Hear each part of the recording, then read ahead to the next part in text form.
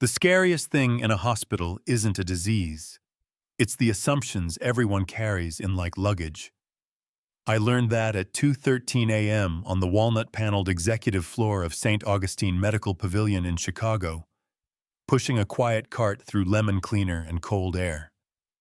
My badge said Environmental Services, but my brain still answered to the chemistry kid I used to be. Before life ran out of tuition, my name is Lila Moreno, and that night I stepped into a suite big enough to be a condo where Nathaniel Cross, yes, that Nathaniel, the tech investor from magazine covers, lay pale against starched sheets while monitors kept time and 20 specialists chased the kind of answer money thinks it can buy the headman doctor. Arthur Hawthorne had silver hair, perfect posture, a voice like a gavel you never see coming. He didn't need to look at me to know I was there to him. I was furniture that moved itself. Then two details hit me hard. The faint metallic scent under the antiseptic, like a warm penny at the back of your throat. And his hands a thin yellow-gray band in the nails, hairline patchier than last week. A new tremor in the fingers that had signed deals bigger than my building patterns stick. When you love science, they don't walk away just because you traded a lab coat for a polo. I told myself to keep wiping, to be invisible. And that's exactly when Damian Cole walked in like money in a Navy suit. A visitor badge that read friend, a reputation, that read rival turned ally. He smiled with all his teeth, set down a dark glass jar and said, "Easy as breathing, Nordmark Reserve Balm imported. This is the only thing that calms his skin." He placed it label out like a product shot. Suggested, not push at people like him, never push, that the nurse work it up Nathaniel's forearms for comfort. And I thought, here we go. Alarms sang later, not chaos. Just an urgent chorus code, announced fast hands, tight voices, liver enzymes, spiking, neuropathy, worsening.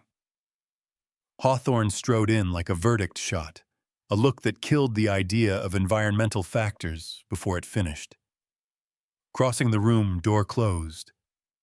Silence in the hall, heavy as a wet coat. I'd been following Mr.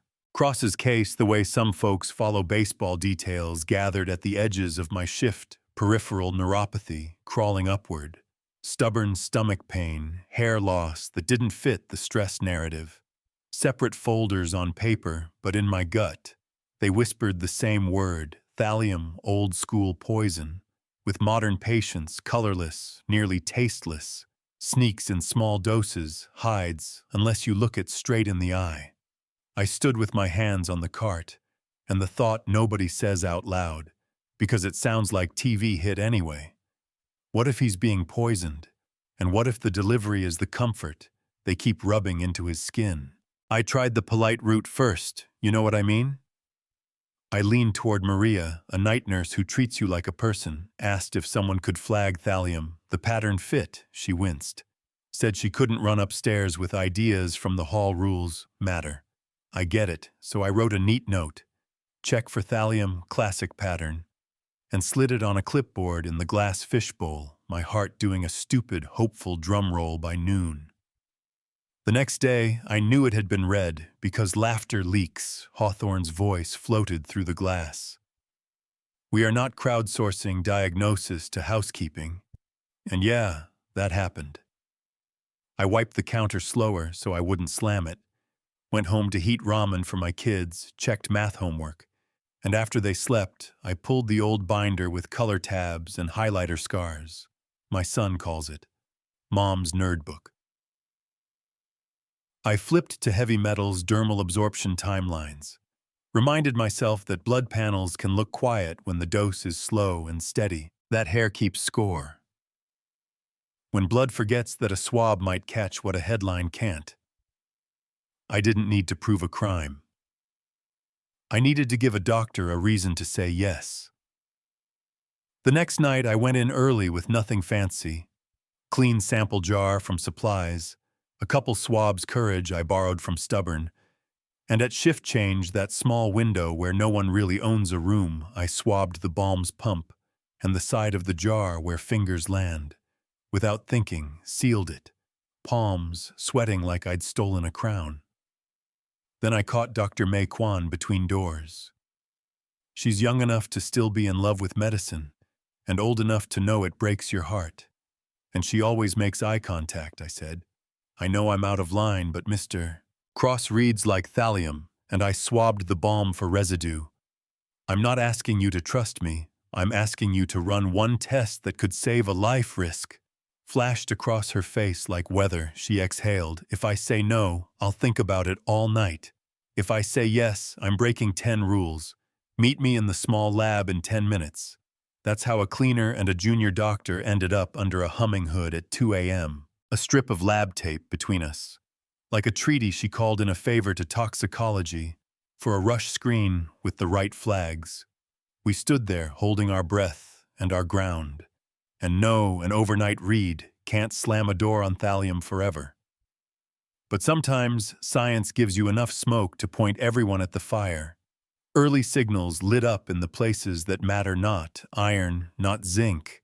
The pattern that makes you say the word out loud, even if your boss will hate it in the morning. Thallium, the blood draw we sent with a specific heavy metal panel, came back, not sky high, but ugly enough to bury doubt, steady numbers in a place that should be quiet, if this is accurate. He needs Prussian blue now, Dr. Kwan said. Voice thin, then say it out loud. I told her, and don't whisper. We walked into Hawthorne's orbit at 7:05 a.m. Before the morning round swaggered through, he took the paper, looked at me like I'd skated into an operating room. This is irregular, he said. So is dying without a diagnosis, I said. And yes, my voice shook. Look at his nails. Listen to your resident. Ask yourself what's worse, admitting a rare pattern after a cleaner names it, or losing a man because no one wanted to hear a voice that didn't match a lab coat. The room got quiet. Executive floors do a special kind of quiet. And Dr. Kwan laid it out, calm and clean, targeted panel, positive dermal exposure, plausible via daily balm, timeline maps. We treat now, confirm with additional tests and a hair sample. Hawthorne's jaw did that hard-set men practice in mirrors. His pride was heavy, but it didn't weigh more than a life order, the antidote call, toxicology. And shut that door, he said. Security pinged visitor logs. In the same breath, the screen printed Damien Cole over and over. Video showed him at the table with his back shielding the jar, working the pump. Like a man who believes in his own carefulness, he'd been visible to cameras, he treated like furniture. By noon, Nathaniel's vitals eased for the first time in days. Monitors found a steadier rhythm. Shoulders dropped. I stood against a wall, trying not to shake. Hawthorne came over with a posture less sharp than usual. Ms. Moreno, he said like an apology, learning to walk. We will formally note your role. You were correct. Thank you. I managed also. Please keep that jar somewhere. It can't hurt anyone. Dusk. Nathaniel woke with a sandpaper whisper. What happened?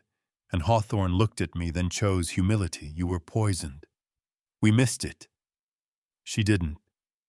Nathaniel turned his head slowly. You saved my life, he said. I cleaned your room, I told him. And I paid attention. Security. Sat Damien down for a chat. He thought he was above. He looked at me like I'd crawled out from under a sink. Congratulations, he said, when they finally walked him past syrup over glass. You just destroyed your career. I didn't have one. You recognized, I said. That's on you, not me. The headline that found the staff fridge didn't use my name, but we all knew, billionaire saved by keen-eyed custodian, keen-eyed custodian. It stung and sparkled in the same sentence. Administration took my statements. Minded me about protocols. Nurses left coffee with thank you notes. I went home and told my kids we were fine.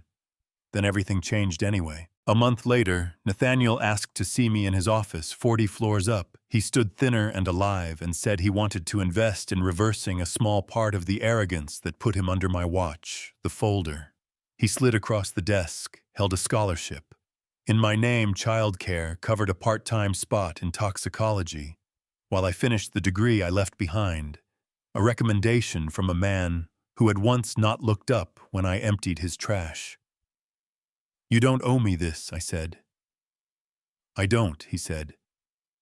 "I want the system that almost buried me to change one brick at a time, and I think you're the kind of person I want in any room I might end up in."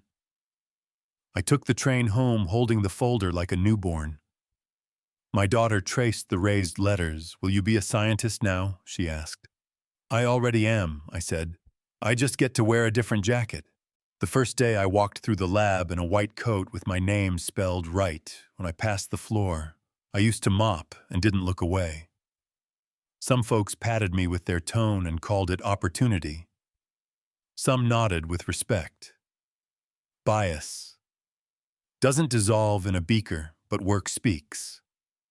I helped crack 3 cases my first semester, not a TV montage, just a dozen small observations that finally held hands. 6 months later, I told the story in a ballroom that smelled like coffee and ambition. I didn't scold. I talked about curiosity getting suffocated by hierarchy, about listening as a clinical skill. A transporter with a crooked badge said she was taking night classes. Didn't tell anyone because she didn't want to be treated different. Tell me, I said, keep going. You know what I mean? Here's where it refuses to tie itself in a bow.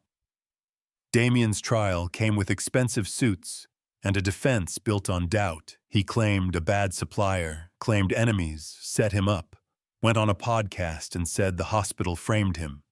Comments split, like they always do: monster, liar, hero, fool. The verdict came back: guilty, appeals, chew time. My neighbor brought a casserole and said, "You must be relieved. I was grateful a man lived, because we listened angry." It took a near death to make a woman in a polo audible proud. I didn't let fear of a write-up keep me from pushing a door that said, staff only. Mostly, I was tired and hopeful and paying rent on time. I still keep my old badge in my locker to remember both the weight and the armor of invisibility. When a case lands on my bench, I do what I did with a mop. I pay attention. I count the little things. I ask the impolite question. And when I pass the walnut doors, I glance in, just in case someone needs the kind of help money doesn't recognize until it almost loses everything. If this hits you, say it out loud. Was I right to break rules to force a test? Or did I push too far? Did the doctors fail from arrogance or from a system that trains them to hear only certain voices? Have you seen bias make someone invisible at work or in a hospital? Or at your own table? Drop your take in the comments. Argue it with respect. Tell me where you're watching from, and if you've ever been underestimated because of your job title. I want your story. Hit subscribe if you want more true-to-life flips where the underdog finally gets a clean breath of justice.